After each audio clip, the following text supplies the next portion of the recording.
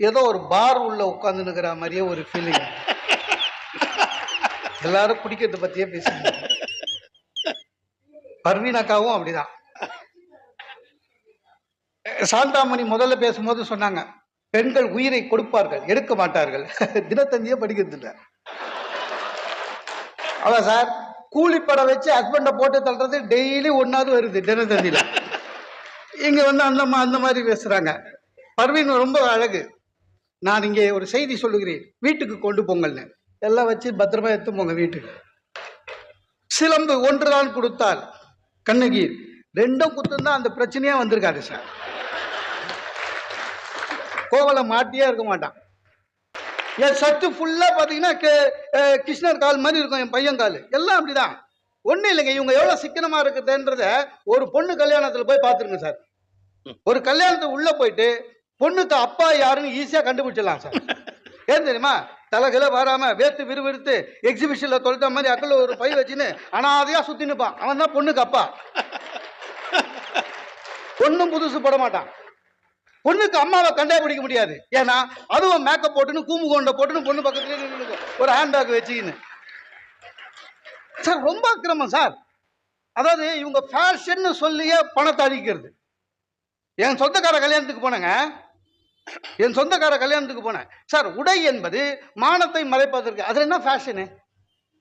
என் சொந்தக்கார கல்யாணத்துக்கு போனேன், என் சொந்தக்கார பொண்ணு பட்டு புடவை கட்டின்னு இருந்தது, பட்டு ஜாக்கெட்டு. பார்த்தா ஜாக்கெட்டு முன்பக்கம் மட்டும்தான், பின்னாலங்க புள்ளியாரு படம் எம்ப்ராய்டரியில இருக்கு, நடுவில் ஓட்டையில முதுகு தெரியுது. ஆனா புள்ளியார் அழகா இருந்தாரு. பிள்ளையார் பார்த்த சந்தோஷத்துல நான் என்ன பண்ணேன், தலையில குட்டின்னு டோப்பு கண்ணை போட்டு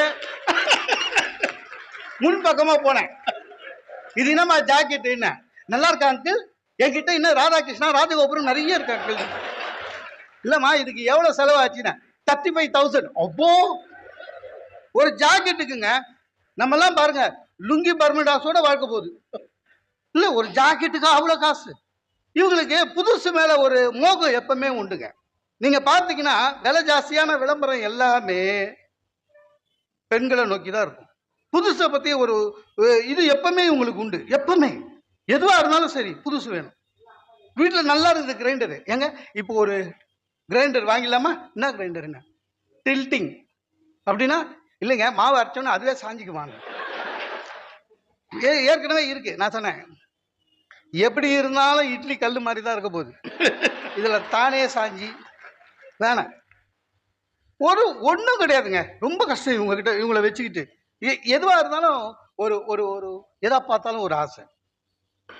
ஒன்றும் இல்லை. அழகு என்பது உள்ளத்தை பொறுத்தது என்று நினைப்பவன் நான். அழகு என்பது மேல இருக்கிற அலங்காரத்தை பொறுத்தது என்று நினைப்பது பெண். அவ்வளவுதான் ரெண்டு பேருக்கும். எதுவா இருந்தாலும் புதுசு வேணும். நகை கடை கூடங்க விலைவாசி ஜாஸ்தி தான். ஏங்க புதுசு வேணாம், இது ரொம்ப பழசா போச்சு, மாத்தி கொடுத்துருங்க. அதுக்கு மேல எப்படியும் ஒரு ஒரு சவரம் ஜாஸ்தி ஆகும் சார். 50,000 60,000 கொடுத்து வாங்கி வந்து கொடுத்தா கூட நல்ல பேர் கிடைக்காது. நீங்க என்ன புதுசா வாங்கி கொடுத்தீங்க, பழசு தானே மாத்தனேன்றாங்க. அதாவது பணம் பத்தி அக்கறை எதுவுமே கிடையாது. நீங்க இவ்வளவு சொல்றீங்களே, புடவை கடைக்கு போய் பாருங்க. கிரவுண்ட் ஃப்ளோர் ஃபுல்லா சார் வெறும் லேடிஸ் பட்டு புடவை. செகண்ட் ஃப்ளோர், தேர்ட் ஃப்ளோர், ஆம்பளைக்கு அவன் 8வது ஃப்ளோர்ல வச்சிருக்கான். அவனுக்கு தெரியுது இவனுக்கு வரமாட்டாருங்க இங்கன்னு. நான் அப்படியே போனேன், மேல ஜிலோன்னு இருக்கு.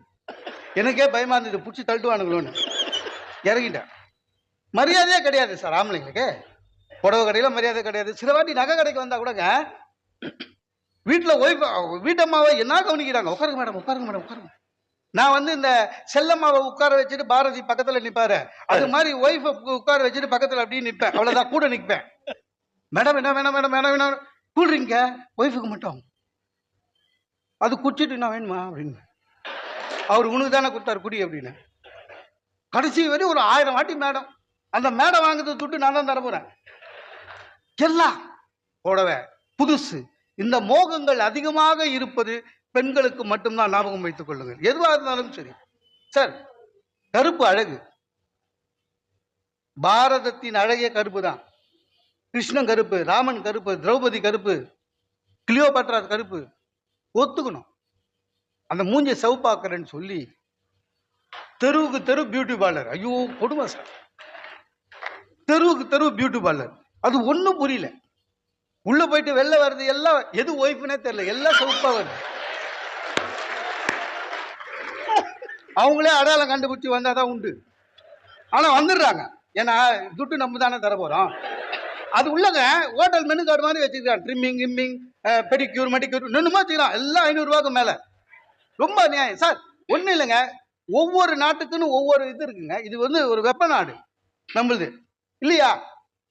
இந்த இடத்துல சார் வெளிநாட்டில் இருக்கிற பெண்கள் லிப்ஸ்டிக் போடுறாங்க. ஏன்? அங்க குளிர் அதிகம். வெளியில வந்தா உதடு கிழியும், ரத்தம் வரும். அதுக்காக வேஸ்லைன் போடுவாங்க, லிப்ஸ்டிக் போடுவாங்க. நமக்கு அதை பத்தி கவலையே இல்லை. வெயில். ஆனா அது எப்படி போடணும்னு தெரியாது. அது பேரு லிப்ஸ்டிக். அர்த்தமே தெரியாதுங்க. சரியான பச்சை அரக்கு பச்சையில ஒரு புடவை சிவப்பா. அதுதான் 25-30 ரூபாய் கிடைக்குது லிப்ஸ்டிக் வெளில. அதை அப்படியே பூசின்னு வர்றது. இந்த கிருஷ்ணர் வெண்ணெய் சாப்பிட்ட மாதிரி. அந்த லிப்ஸ்டிக் போடுற வெளிநாட்டு பெண்கள் அதை பாதுகாப்பாங்க. எப்படி? பேப்பர் வச்சு ஒரு டிஷ்யூ பேப்பர் அப்பப்போ தொடச்சிப்பாங்க. நம்மளுக்கு அந்த பழக்கமே கிடையாது. அவங்க சாப்பாடு ஸ்பூன்ல சாப்பிடுவாங்க. நமக்கும் அந்த பழக்கமும் கிடையாது. அப்படியே உப்பா கல்யாணத்துக்கு வர்றது. முதல் பந்தியில் உட்காந்து நல்லா சாப்பிட்டுட்டு கை கழுவிட்டு இப்படியே தொடக்கும். அனுமார் வேஷம் போட்ட மாதிரியே இருக்கும். கூச்சமே படாத அப்படியே ஃபேமிலி போட்டோக்கு வந்து நிற்கும். டொங்குன்னு ஒரு சத்தம் கேட்கும். அப்படின்னா காப்பி வச்சுட்டான்னு அர்த்தம். அப்புறம் உள்ள போயிடுவான். காப்பி சூடா இல்லையேன்னு உள்ள இருந்து குரல் கேட்கும். வச்ச உடனே குடிச்சிருக்கணும்னு. காப்பி சூடா இருக்குது, ஆத்தி குடிங்க. அவ்வளவுதான். அன்னைக்கு பாக்குறேன் குடுத்துட்டு நிக்கிறா. நின்று என்னையே உத்து பாக்குறா. சூடு சரியா இருக்கா பாருங்க. ஆச்சரியமாயிடுச்சு எனக்கு. நம்ம ஒய்ஃபான இல்லைங்க. 20 வருஷம் முன்னால இந்த கல்யாணம் ஆகி முதல் வாரம் நம்ம கிட்ட மரியாதையா நடிப்பாங்க தெரியுமா? அந்த மாதிரி முகம். ஆச்சரியமா 20 வருஷம் முன்னால பார்த்த மூஞ்சிடா பாருன்னு. காஃபி சரியா இருக்கா? உங்ககிட்ட ஒன்று சொல்லணுங்க. என்னன்னு? ஒன்றும் இல்லைங்க, நீங்க கொடுக்குற காசுல கொஞ்சம் மிச்சம் பண்ணி.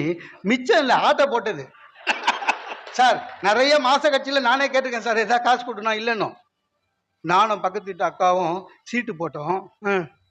போட்டாங்க. எவ்வளோ போட்டேன்னா 85,000 ரூபாய் ஆளுக்கு. ஆனால் என்ன ஒன்று, அப்போ ஒன்றும் எனக்கு 85,000 ரூபாய் பெரிய செலவாக தெரியல. எப்படி ஒன்றாலும் சம்பாதிச்சுக்கலாம். 20 வருஷத்துக்கு முன்னால் கிடைச்ச அந்த மரியாதை திருப்பி கிடைக்குதுன்னு மகிழ்ச்சியா இருந்தேன். அப்புறம் சொல்லுது, ஓடிட்டான். எங்கள் பக்கத்து வீட்டு அக்கா வந்து பொருளாதார குற்றப்பிரிவில் போய் கொடுத்துருக்காங்க, நீங்களும் போங்கன்னு போனாங்க. வேறு வழி கிடையாது. போய் கியூவில் நிற்கிறேன். அங்கே வந்து நம்மள மாதிரி பலியாடு நிறைய நிற்கிது. நானும் போய் கியூவில் நின்னேன். உள்ளேருந்து ஒரு அசிஸ்டன்ட் கமிஷனர் போலீஸ் வெளில வந்தார். அவருக்கு என்ன தெரியுது. சார் நீங்கள் கூடவா சார் அப்படின்னாரு. நான் சொன்னேன், இல்லை சார், ஒய்ஃப் தெரியாமல் கட்டிட்டாங்க. ஒய்ஃபை கண்ட்ரோலில் வச்சுக்கிறது இல்லையா அப்படின்னாரு. அவர் என்னமோ அவங்க ஒய்ஃபை கண்ட்ரோலில் வச்சுக்கிற மாதிரி. எவன் வீட்டில் கண்ட்ரோலில் இருக்குது? எல்லாமே எதை பார்த்தாலும் ஆசை சார். ஒரு ஊருக்கு போனா ஊரை சுத்தி பார்த்துட்டு ஓடியாந்துடணும். இல்லையா? ஊருக்கு போனா ஊரை சுத்தி பார்த்துட்டு வரணும். ஒரு பிக்னிக் போனோம், ஒரு எஸ்கர்ஷன் போறோம், ஒரு டூருக்கு போறோம்னா அந்த சூழ்நிலைக்கு ஏற்ற மாதிரி நம்ம வாழ்ந்துட்டு வரணும். இப்படியே மெட்ராஸ் நகர மாதிரியே பண்ணக்கூடாது. ஒரு ஊருக்கு போனா ஒரு ஹோட்டலுக்குள்ள போய் ரொமாலி ரொட்டி வேணும்ன்றது. அவன் இட்லியே இல்லைங்க அப்படின்னா அவனுக்கு அந்த புரிவேல. ரொமாலி ரொட்டினா என்னென்ன அந்த மாதிரிங்க. டெல்லிக்கு கூட்டி போனாங்க என் ஒய்ஃபை. தாஜ்மஹாலை பார்த்தோமா, ஷாஜகான் நினைச்சோமா ஓடி இருந்தோம். அடம் முடிக்கிறா, பூரி கல் இங்கே தான் வாங்கணும்னு.